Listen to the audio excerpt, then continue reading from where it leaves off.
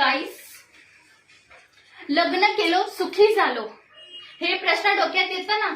सुखी काय झालो? नवीन लग्न झालं तर त्याला कळलं असेल की पहिला क्वेश्चन येच असतं, जेवणाला काय बनवलं.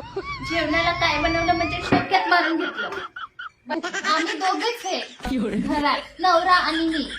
पण एकच प्रश्न पडतो, जेवणाला काय बनवू. तो बोलतो बनव तू काय खायचे ते. अरे तू काय खाणार नाही का? आणि मला येतं गाईस, वरण भात पोळी, वरण भात आमटी, वरण भात भुर्जी, वरण भात ठेचा.